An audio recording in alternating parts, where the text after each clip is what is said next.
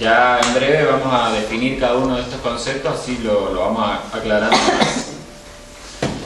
Bueno, a modo de introducción, podemos decir que Occidente, los países occidentales llevaban décadas presenciando un fenómeno muy cruento, muy sanguinario, que en un principio lo deja descolocado para reaccionar frente a él. Esto es el terrorismo islamista. Este fue creciendo en proporción, tanto por la espectacularidad de sus ataques, como por el número de víctimas que estos atentados cada vez más sofisticados acarreaban consigo. Se comenzaron con ciertos atentados individuales o de poca escala, después se pasaba al secuestro de aviones y después, bueno, directamente a detonar estructuras edilicias con toda la gente que tenían dentro, que se contaban entre las de mayor magnitud en todo el mundo. Pero más allá de esta prolongación en el tiempo, hay un hecho crucial que marca un antes y un después en la percepción sobre lo que es el islamismo en sí. Que esto es bueno, el ataque al World Trade Center, las Torres Gemelas, el 11 de septiembre de 2001. Fue tal el alcance y repercusión de este atentado que ya nadie se sintió indiferente o ya nadie lo vio como un fenómeno lejano que solo sufrían los israelíes en Medio Oriente, o algún país occidental que ocasionalmente había sido atacado por tener un pasado imperialista o de presencia sin ser bienvenido en tierras árabes o musulmanas. Pero en este caso, cuando la violencia se desata en el seno de la democracia más importante del mundo, ahí sí, ya se estuviera en el grupo de los perplejos, en el grupo de los precavidos, o en el grupo de los que habían estado plenamente conscientes, en cualquier grupo de pertenencia que no tuviera, se acusó recibo, con plenitud, de lo que este fenómeno implicaba. Bueno, como adelanté, entonces el propósito de esta conferencia va a ser desentrañar lo que es el islamismo, ya sea el contenido ideológico, por una parte, y metodológico por la otra, a los fines de que tengamos una cabal comprensión, o por lo menos una aproximación a la misma, porque por cuestiones de tiempo no podemos desarrollarlo entero el tema, sobre bueno, tanto las raíces intelectuales como el modus operandi. Como me gusta empezar a mí unas conferencias, vamos a arrancar con conceptualizaciones previas para que entendamos a qué nos vamos a referir con cada término y evitemos posibles malos entendidos. Bueno, empezamos con Islam.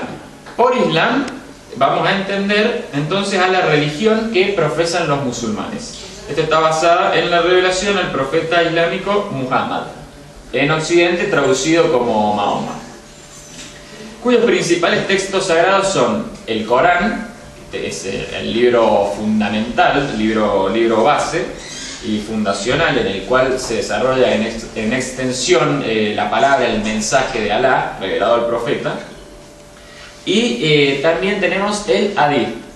Esto es un conjunto de tradiciones que se refieren a las enseñanzas y a las acciones de Muhammad, que en un principio se comenzaron transmitiéndose de manera oral y después por posteriores sabios fueron recopiladas y clasificadas.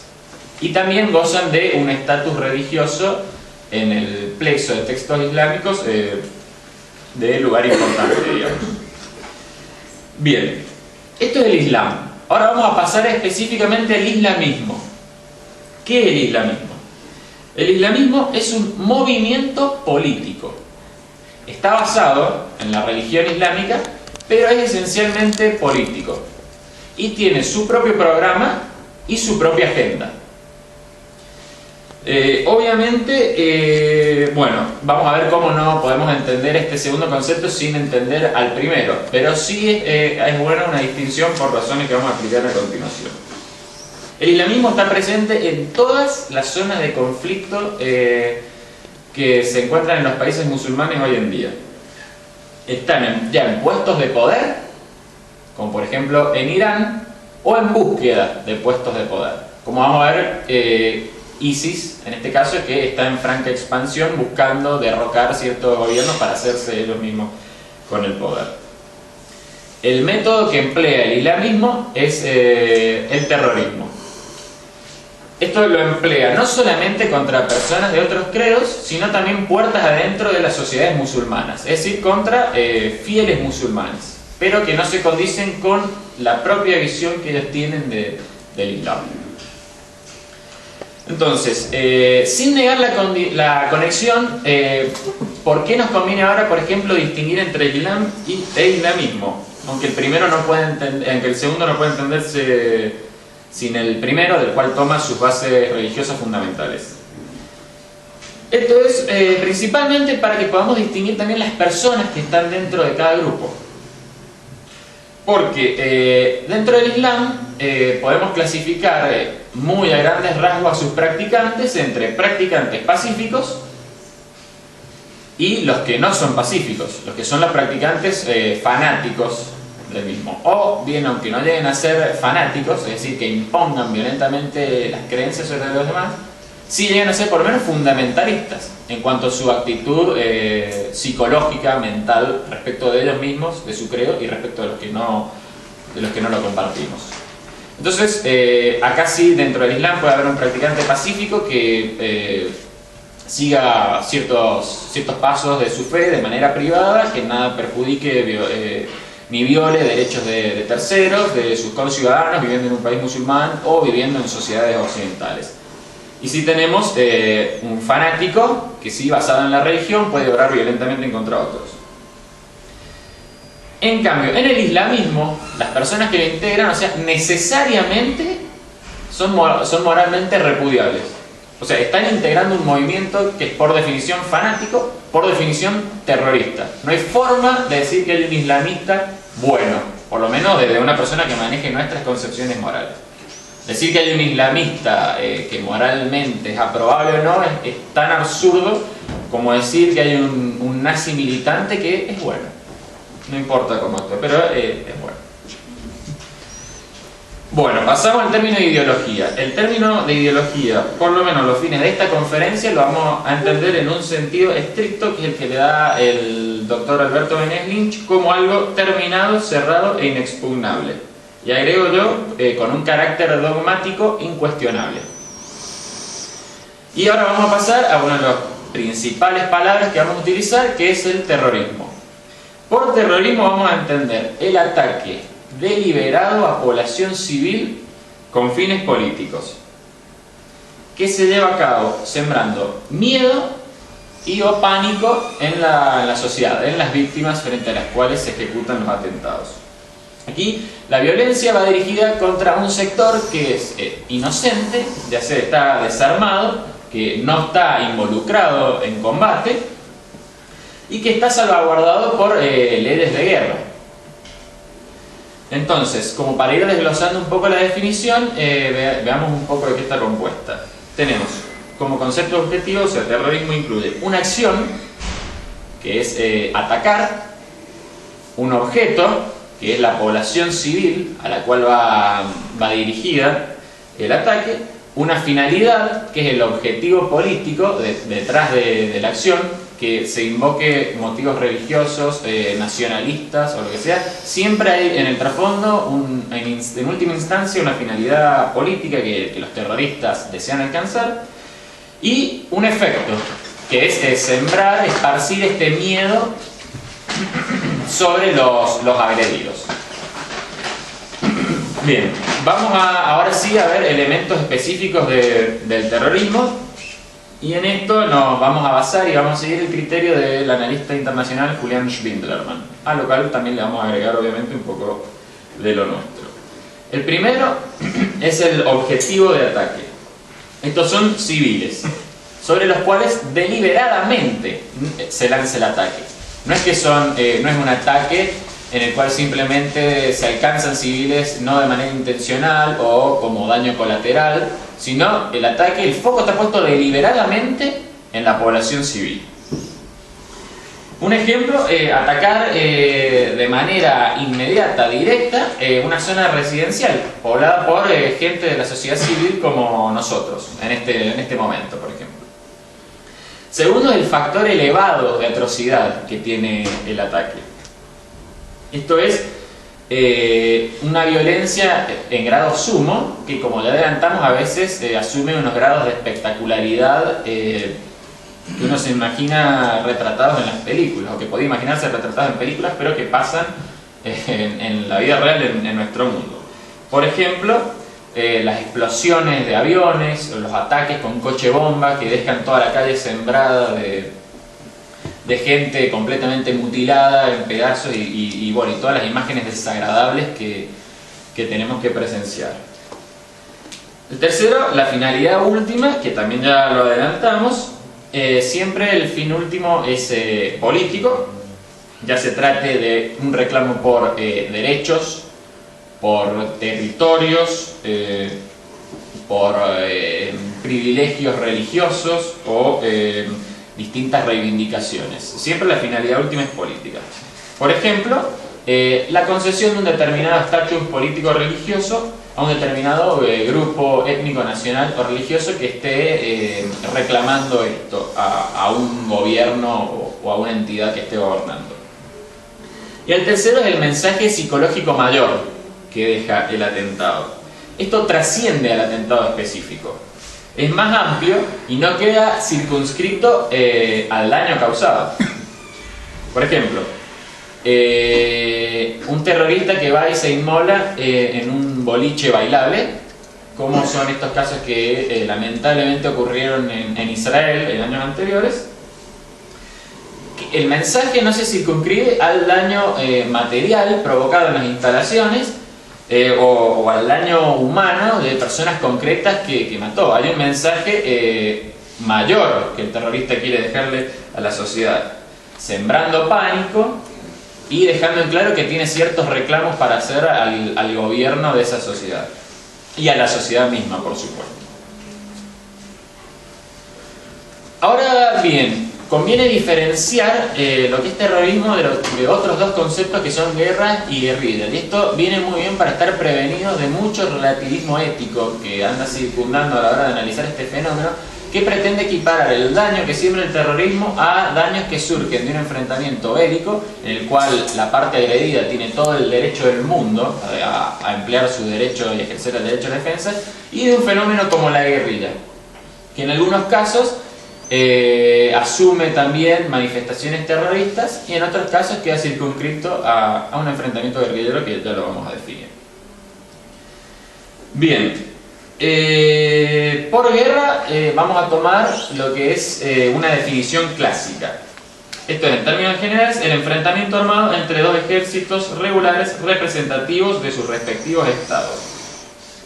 Los ejércitos están compuestos por soldados que son efectivos oficiales del bando al que pertenecen y que están avalados por el propio ordenamiento jurídico para desempeñarse en el rol de soldados que asumen.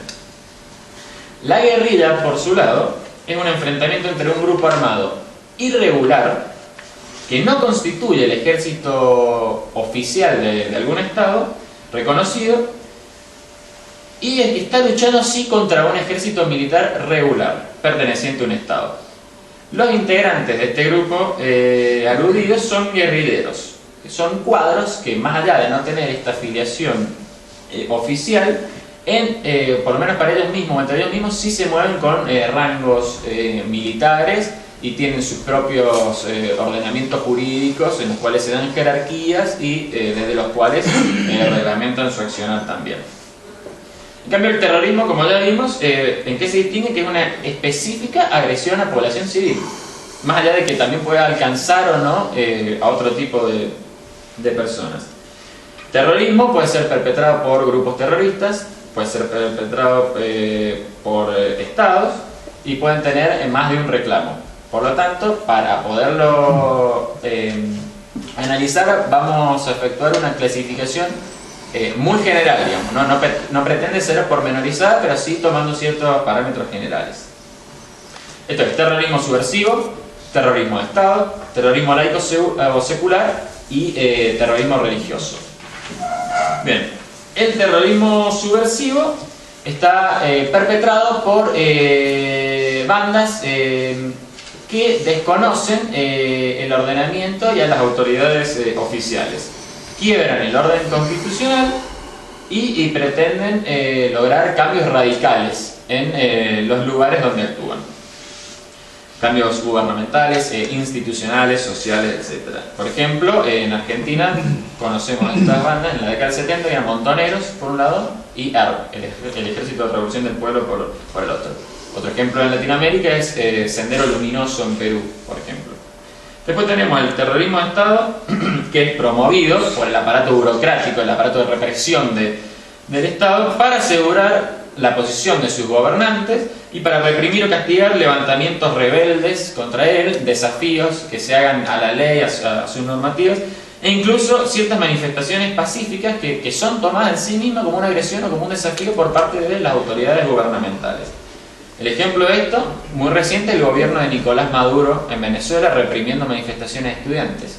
Y el ejemplo en Medio Oriente, o en el mundo árabe o persa, que nos va a venir bien, es la Guardia Revolucionaria iraní, que también sale a reprimir ese tipo de manifestaciones que buscan cambios. Por su parte, el terrorismo laico o secular lo que busca generalmente son reivindicaciones nacionalistas o reivindicaciones territoriales. El ejemplo es ETA en España. Y después tenemos el terrorismo religioso, que está basado en el fanatismo religioso, en el fundamentalismo, que va a justificar su accionar violento en base a sus creencias de fe y los dictados del propio credo, para imponerlo generalmente como norma obligatoria en toda la sociedad y alcanzar un orden teocrático. Como por ejemplo lo que es la agrupación Hamas en la Franja de Gaza y Hezbollah en el Líbano. Bien, ahora vamos a pasar a lo que es la identificación del enemigo. Hemos escuchado decir que países como Israel, como Estados Unidos o como cualquier otro país del mundo libre o semilibre en el que vivimos que quiera enfrentar este fenómeno, hemos escuchado decir que están en guerra contra el terrorismo. Esto es que el enemigo es el terrorismo. Ahora bien, cabe preguntarnos acá, ¿es el terrorismo en sí el rostro del enemigo? O hay que excavar un poco más como para llegar a la base, a esta base que sirve como soporte a la práctica terrorista. Es decir, hay una manifestación debajo de esta superficie que es el terrorismo. Aquí quien nos provee una respuesta es el doctor Yaron Brook, con una cita que es muy buena, que tiene cierta extensión pero que merece la pena leerse. Así que paso a leerla. Él se pregunta, ¿con quién estamos en guerra? Esto es en la época de Bush. El presidente Bush nos ha dicho que estamos en guerra con terroristas. Yo igualo esto a decir que después de Pearl Harbor, cuando Japón atacó a Estados Unidos, estábamos en guerra con luchadores kamikazes. Pero tú no peleas contra una táctica, no estás en guerra contra una táctica. Y el terrorismo es una táctica. Las fuerzas contra las que estamos en guerra algún día pueden tener tanques. En el futuro cercano pueden tener una bomba nuclear. ¿Eso todavía los hace terroristas? ¿Eso hace que la guerra sea diferente porque ahora luchamos contra un ejército? Entonces yo no creo que estemos en guerra contra el terrorismo. Tenemos que buscar la fuente ideológica del terrorismo para identificar al verdadero enemigo.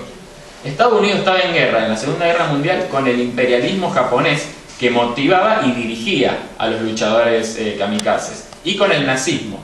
Estábamos en guerra con una ideología, con gente que creía en esa ideología y aún no creyendo en ella, luchaba por esa ideología. La guerra en la que estamos hoy es contra una ideología similar.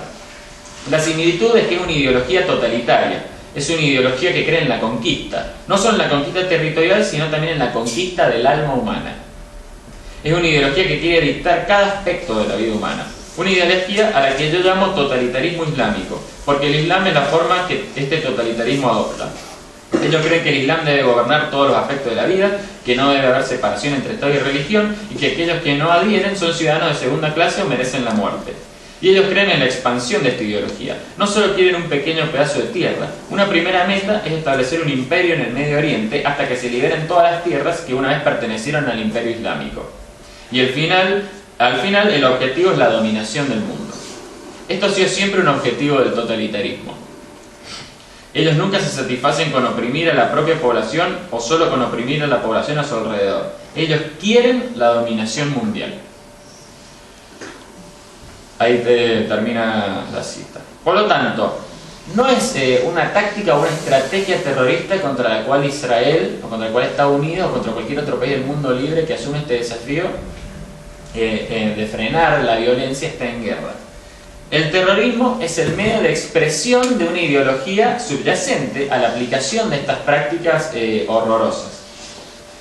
El enemigo fundamental entonces es el islamismo, la doctrina política totalitaria basada en el Islam.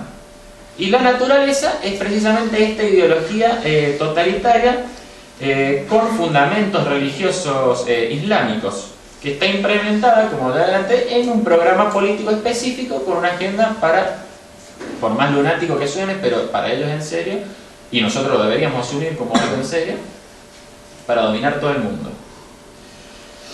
Bien, vamos a pasar a la siguiente parte, que es un breve repaso sobre lo que es el surgimiento del Islam por una parte y del islamismo consecuentemente por otra. Bien, en cuanto al Islam, decimos que el año inicial se puede situar en el año 610 de nuestra era, que es el año en el cual Muhammad empieza a esparcir las verdades que le habían sido transmitidas por la divinidad. La nueva religión en ese momento, cuyo nombre traducido al Islam significa sumisión, era considerada como la verdadera fe. La palabra definitiva de la divinidad en este mundo. Era una religión que compartía ciertos rasgos con el judaísmo y con el cristianismo, en cuanto que era monoteísta. La tercera gran religión monoteísta que surge en esa época. Y tenía como particularidad que era más estricta que las creencias preislámicas, digamos que circundaban la península arábica en ese momento. Esto, este modo de ser estricto, apuntaba a obtener un verdadero sometimiento de la persona al credo. Pero a su vez, como contrapartida, tenía mejores recompensas para la vida que viene después de ver que otras creencias después de la muerte. Por lo tanto, esto era utilizado para obtener y para sumar a sus filas adeptos ilusionados en conseguir esos premios, digamos, que le esperaban en la siguiente vida tras observar una conducta apropiada acá. Premios que obviamente tampoco vamos a describir en este momento, y el doctor me entiende por qué también, que lo mencionó él en su conferencia. Pero por ejemplo, el tema de las 70... Juan García, el otro. Bueno, por ejemplo, las 70 vírgenes que obtiene un terrorista después de inmolarse para que, bueno, haga su fiestita ahí en el más allá islámico. Bien, ¿qué sucede? Tras la muerte de Mahoma, esto trae aparejada una discusión respecto de la sucesión. Esto provoca la mayor fisura que se produjo en el mundo islámico y que se mantiene hasta el día de hoy, y que teológicamente, por utilizar una palabra refiriéndonos al Islam, es de muy difícil o imposible reconciliación. Bien, ¿en qué consiste, en qué se basaba este conflicto nacido en el seno del Islam? Era en relación entonces a quién debía continuar en el poder, en el liderazgo, tras la muerte del profeta. Y se daba entre los que votaban por elegir a una persona idónea y entre los que votaban por elegir a una persona del linaje de Mahoma. Lo sucesivo se explica en estos siguientes términos, que también es una cita que me interesa leerla para contextualizar todo.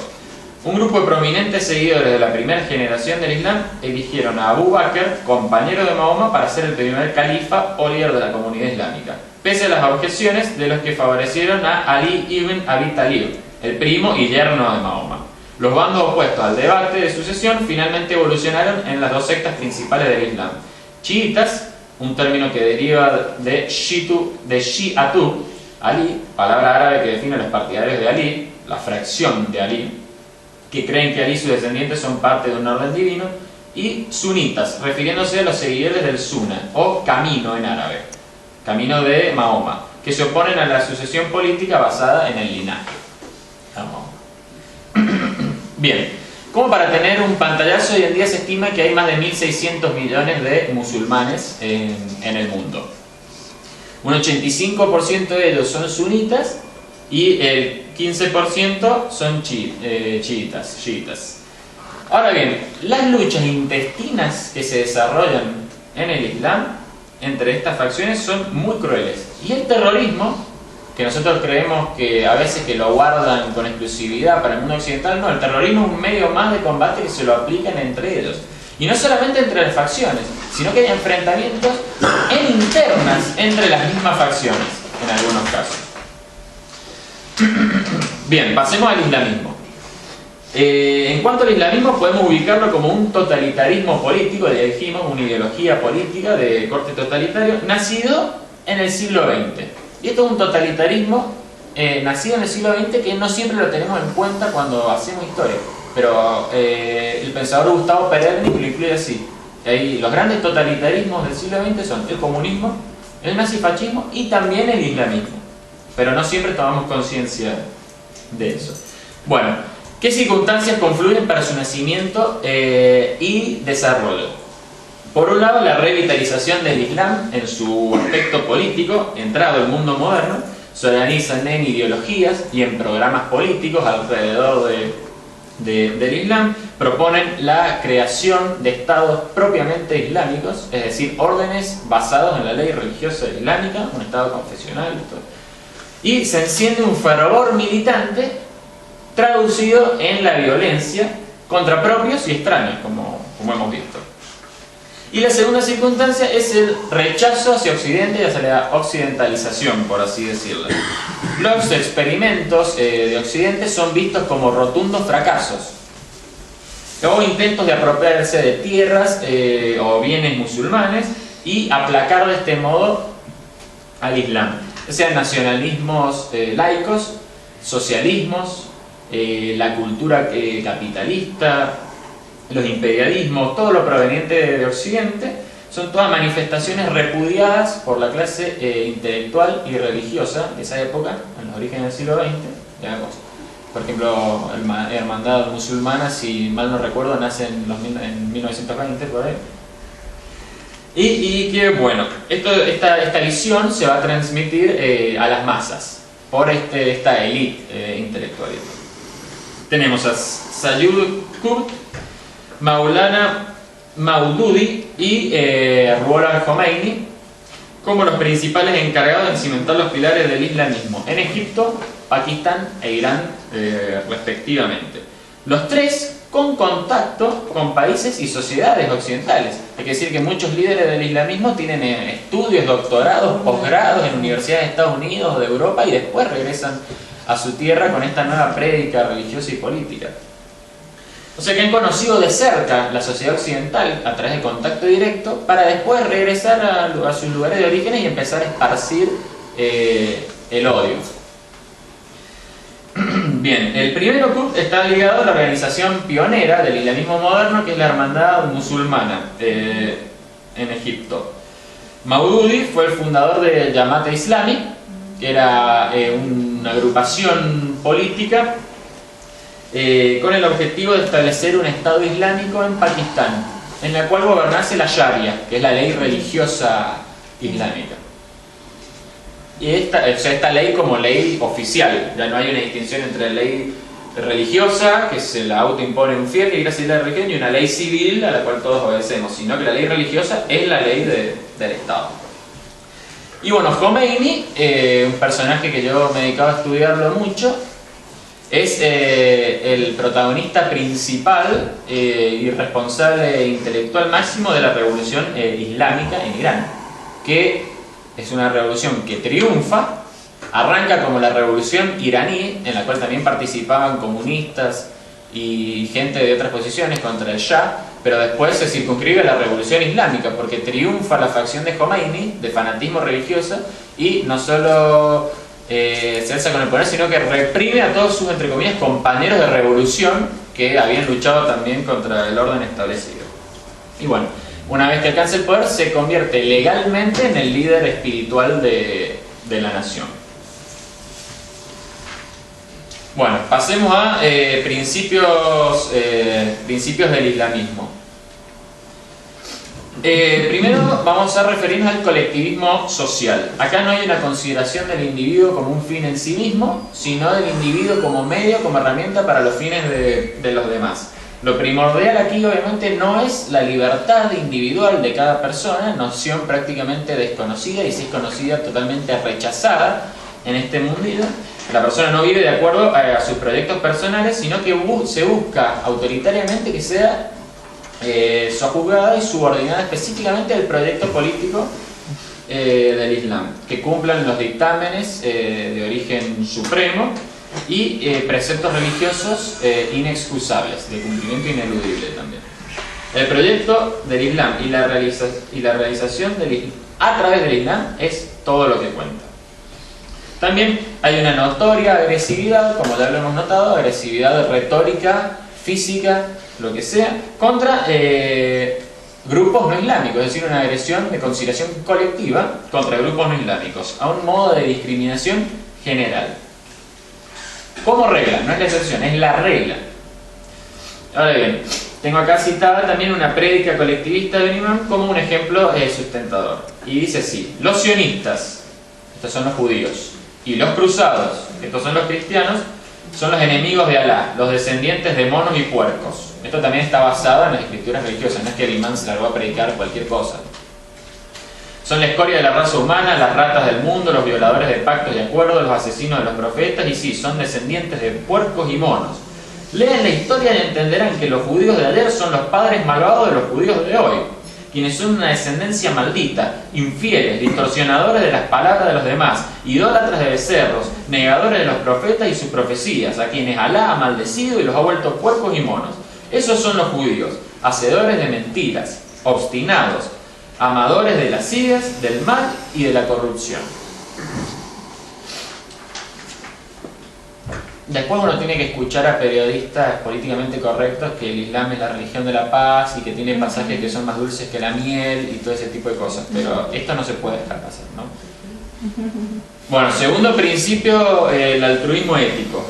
Se exige el sacrificio de todas las personas subyugadas. Los musulmanes deben obedecer su religión, específicamente la interpretación, el seguimiento que de ella hagan las autoridades islamistas gobernantes, las autoridades políticas dominantes en el momento, para contribuir al sostenimiento de la sociedad islamista. Los no musulmanes deben renunciar a sus valores, creencias y tradiciones en beneficio del Islam y convertirse al culto de Muhammad, que debe marcar la tendencia de la cultura e imponer el modo de vida. O bien, los dini, esto es una palabra para referirse a judíos